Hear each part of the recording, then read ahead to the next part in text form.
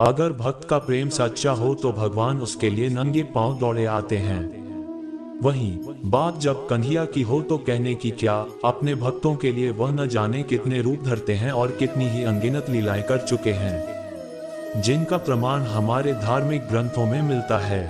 ऐसी ही एक रोचक कथा है जब कन्हैया ने अपने भक्त के लिए एक अनोखा काम किया। तो आइए जानते हैं इस बारे में विस्तार से।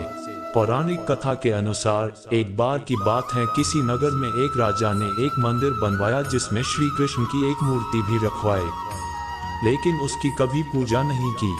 पूजा करने के लिए मंदिर में एक पुजारी को रखा गया।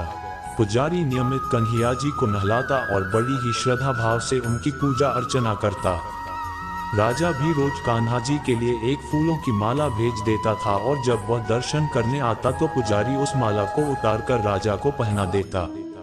ऐसा करते करते पुजारी की भी उम्र बीत चुकी थी। एक दिन किसी वजह से राजा नहीं आ सका तो उसने एक सेवक के हाथ मंदिर में माला पहुंचा दी और कहवा दिया कि आज वह मंदिर नहीं आएगा, इसलिए पुजारी उसका इंतजार ना करें। इतना कहकर सेवक चला गया। पुजारी ने हमेशा की तरह कन्हैया जी को माला पहना दी, लेकिन जब शाम हुई तो पुजारी यह सोचने लगा, माला उतारकर किसे पहनाई जाए। उसने सोचा क्यों न ये माला आज मैं ही पहन लूं। वैसे भी मेरी उम्र हो चली है, जीवन का क्या पता कब खत्म हो जाए। इतना सोचकर पुजारी ने माला उतारकर अपने गले में डाल ली, लेकिन इतने में ही सेवक आ गया और उसने बताया कि राजा की सवारी मंदिर में पहुंचने वाली है।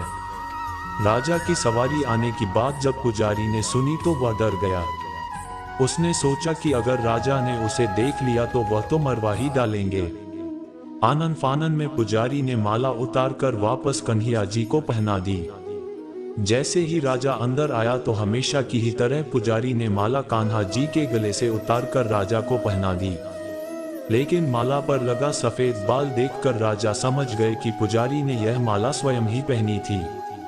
बस फिर क्या था, राजा क्रोधित हो उठे और उन्होंने गुस्से में पुजारी से पूछा कि माला पर सफेद बाल कहां से आया। तब राजा की बात सुनकर पुजारी डर गया और बोल पड़ा, ये तो कन्हैया जी का है। अब तो राजा और भी क्रोधित हो गए, क्योंकि कान्हा तो भगवान है और उनके बाल सफेद कैसे हो सकते हैं।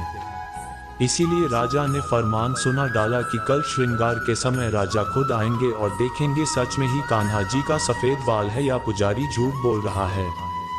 उन्होंने कहा कि अगर पुजारी ने झूठ बोला होगा तो उसे फांसी दे दी जाएगी। राजा का फरमान सुनकर पुजारी का बुरा हाल हो गया। उसने सोचा अब क्या करें, कहां जाए, अब तो उसका मरना तय है। तब रोते रोते वह भगवान की शरण में पहुंचा और उनसे कहा कि हे केशव, मुझसे झूठ बोलने का अपराध तो हुआ है, लेकिन हो सके तो मुझे क्षमा कर दें और राजा से रक्षा करें। पुजारी ने कहा कि हे माधव, आपकी सेवा करते करते मैं वृद्ध हो चुका हूँ, अब आप मुझे माफ कर दीजिए, ऐसी गलती दोबारा नहीं होगी। यही कहते कहते पुजारी की न जाने कब आंख लग गई और उसकी आंख तब खुली जब सुबह हो चुकी थी। उधर सुबह होते ही राजा भी आ गया और कहने लगा, आज कान्हा जी का श्रृंगार वह खुद करेगा। ऐसा कहकर जैसे ही राजा ने कान्हा जी का मुकुट उतारा तो देखा कि श्री कृष्ण के तो सारे बाल ही सफेद हैं। लेकिन राजा को फिर भी यकीन नहीं हुआ।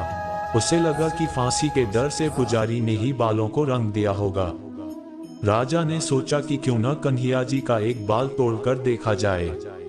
इसके बाद राजा ने कान्हा जी का एक बाल तोड़ लिया, लेकिन जैसे ही बाल टूटा कन्हैया के सिर से खून की धारा बहने लगी।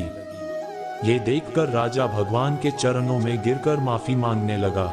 तभी श्री कृष्ण की मूर्ति से आवाज आई, हे राजन, तुमने मुझे केवल मूर्ति मात्र ही समझा, इसलिए आज से मैं तुम्हारे लिए केवल मूर्ति मात्र ही रहूंगा। लेकिन पुजारी ने सच्चे मन और पूरी श्रद्धा से मेरी भक्ति की है, इसलिए उसकी अनन्य भक्ति को देखकर मुझे अपने बाल सफेद करने पड़े। कन्हैया जी ने कहा कि भक्ति में कभी भी संशय नहीं होना चाहिए और सच्चे भक्त की लाज तो मैं कभी जाने ही नहीं देता। सो दोस्तों, कहानी यहीं पर खत्म हुई।